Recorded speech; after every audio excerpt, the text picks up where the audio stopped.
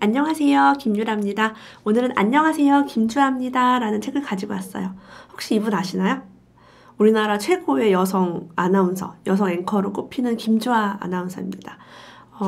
이 책을 제가 왜 샀냐면 평소에 좋아했던 분이기도 했고, 이분이 어떻게 이렇게 자기 분야의 최고가 될 수 있을까? 어쩜 저렇게 멋지게 살 수 있을까라고 부러워서 그분의 인생을 좀 엿보고 싶어서 샀어요.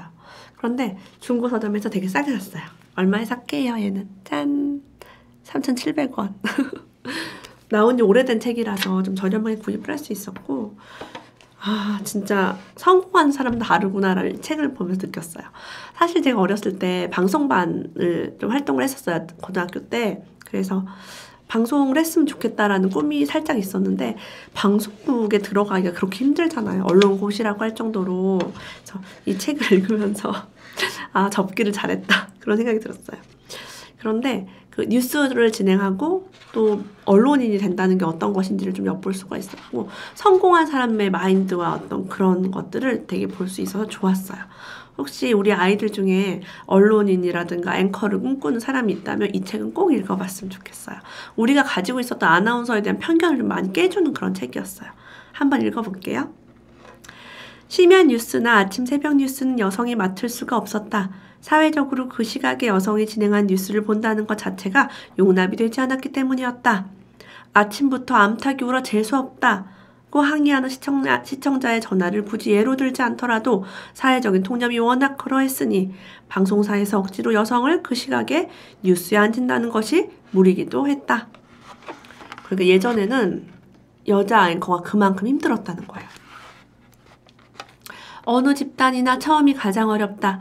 1952년 사법고시 합격하고도 판사 임명을 받지 못했던 고 이태영 박사는 20대 새파란 청년들이 모두 판사 임명을 받는데 38살이나 된 내 아이 엄마요. 세상 풍파를 다 겪은 역사상 첫 여자 고시 합격자에게 감히 어떻게 여자이기 때문에 시기상조라는 말을 할 수 있었을까? 라고 회고했다. 눈물을 흘리셨대요, 이분이.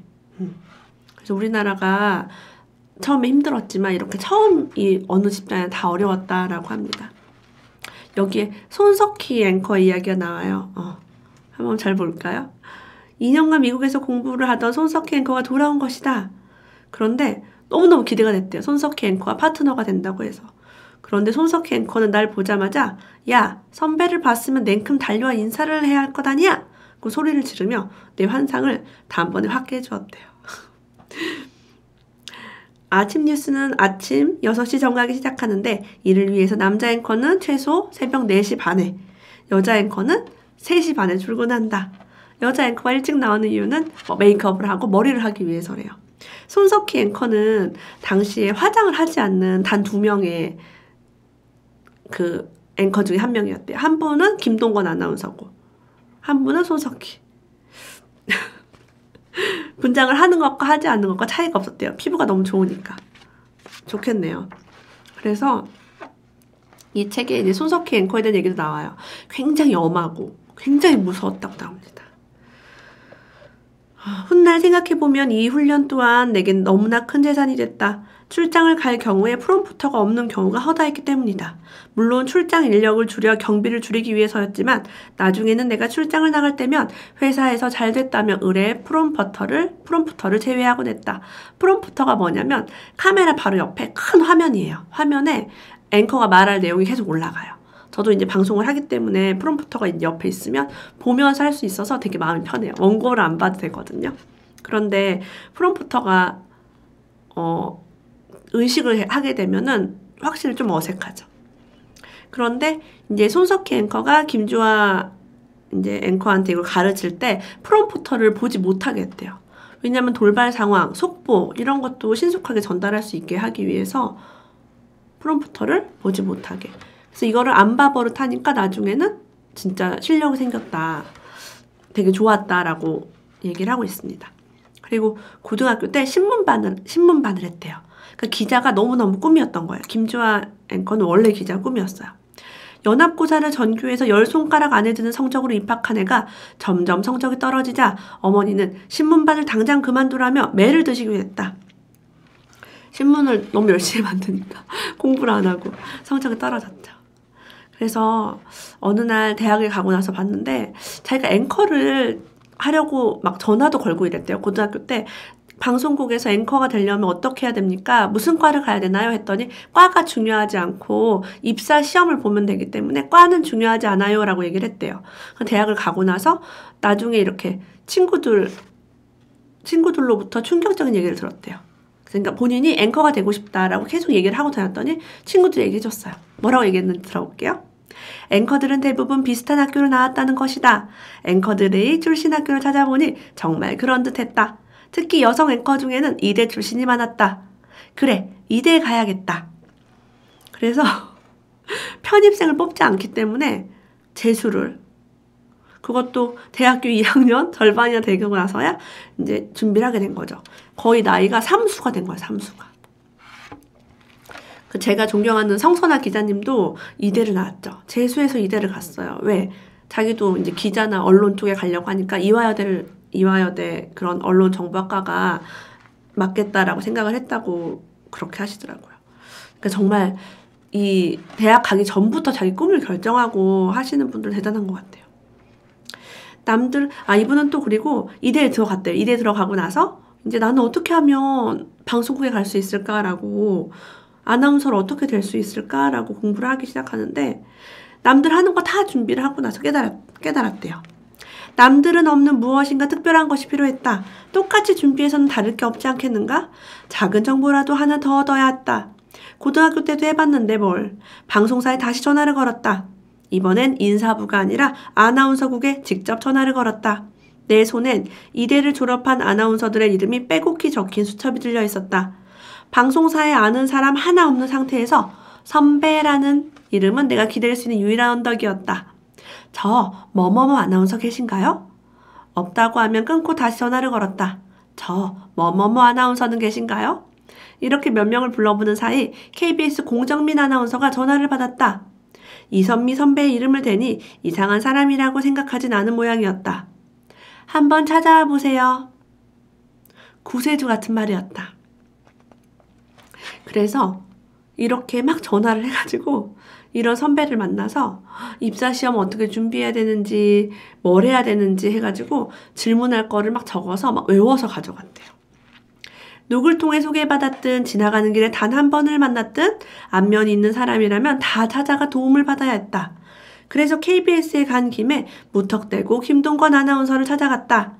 다행히 지난 취업 설명회에서 나이 제한과 목소리에 대해 줄기차게 질문했던 나를 기억하고 있었다. 예전에는 26살까지만 방송사 입사 가능했다고 합니다. 김주 아나운서가 이런 취업 설명회 때 김동건 아나운서한테 많이 물어봤대요. 진짜 그 시험 봤을 때 이런 문제가 나왔대요. 스포츠 좋아하세요? 얼떨결에 네 하고 대답을 했더니 그럼 야구 중계 한번 해보세요 라고 했대요. 네? 그렇게 해서 네, 선동열 투수 던졌습니다. 로즈 선수 쳤습니다. 공이 높게 뜹니다. 1루 선수 1루로 슬라이딩 하지만 잡혔습니다. 삼진 아웃. 이렇게 막 말을 했대요. 자기가 속으로 미쳤구나, 내가 이것밖에 못해? 이건 사람들이 날 떨어뜨리려고 작정을 한 거야, 이런 생각을 하면서 막 말을 하고 나왔대요. 시험장을 나오니까 시험장 밖에 난리가 나 있었대요. 내 목소리가 하도 커서 스포츠 중계를 시켰다는 것을 안 입사 지원자들이 당황한 속에서 준비를 하느라 웅성거리고 있었대요. 첫 번째로 시험에 들어갔는데 그런 문제를 낸 거예요. 다음 사람들은 다 준비를 하고 있던 거죠. 나중에 들은 얘기지만 두 번째 중계를 시켜본 건 진짜로 중계를 하게 하려고 한 게 아니라 어떻게 이 질문을 피해가는지 알아보기 위해, 그리고 목소리 크기를 알아보기 위해 다시 질문해본 것이었다고 했다. 그런데 정말로 중계를 하자 오히려 심사위원들이 당황했다고 한다. 그 마지막에는 그 임원 면접이 마지막이었대요. 근데 임원 면접은 가장 중요한 게 인간성 테스트라고 들었대요. 그래서 아무것도 준비를 안 하고 갔대요. 어차피 인성을 공부하니까. 근데 우연히 선배를 이제 만났대요. 지금 예능 PD를 하고 있는 이종혁 씨를 우연히 만났어요. 만났는데 이렇게 물어봤대요. 준비는 많이 했어? 준비라니 인간성을 어떻게 준비하지? 이등열 사장님의 취향을 알아야 할 것 아니야. 충격적이었다. 인간성까지 그 사람의 취향에 맞춰야 한다니. 사장이 경쟁의식이 강한 사람을 좋아하는지 아니면 그저 순한 사람을 좋아하는지 정도는 알고 왔어야지. 이등렬 사장님은 선한 사람을 좋아해. 여기 이등렬 사장님이 쓴 책을 보면 그래. 사장의 스타일을 보기 위해 그가 쓴 책까지 읽고 분석해온 것이었다. 저는 사실 이렇게 오너의 그런 자서전을 보고 가는 건 되게 중요하다고 생각을 해요. 이렇게 MBC에 합격을 하고 나서 그 후로 김주아 아나운서는 이렇게 생각했대요. 그 후로 난 백이 있어야 한다 등의 어지간한 방송사 괴담은 듣질 않는다. 만약에 주변에 헛된 소문만 듣고 미리 포기했더라면 나는 지금 어디에 있을까? 그래서 나같이 아무것도 가진 게 없는 하지만 무언가 간절히 바라는 이들에게 말한다. 진정 원하는 것이 있다면 끝까지 노력하라고. 나중에 후회하지 않을 만큼 노력해보라고. 너무 멋지죠? 사람에게는 하고 싶은 일이 있고 할 수 있는 일이 있으며 잘하는 일이 있다. 이 세 가지가 모두 일치하는 사람을 우리는 복받은 사람이라고 부른다. 단 두 가지만 일치하더라도 부러움의 대상이 된다. 내 감정을 전혀 숨길 필요가 없는 뉴스가 내 생에 한 달이나 계속되었다.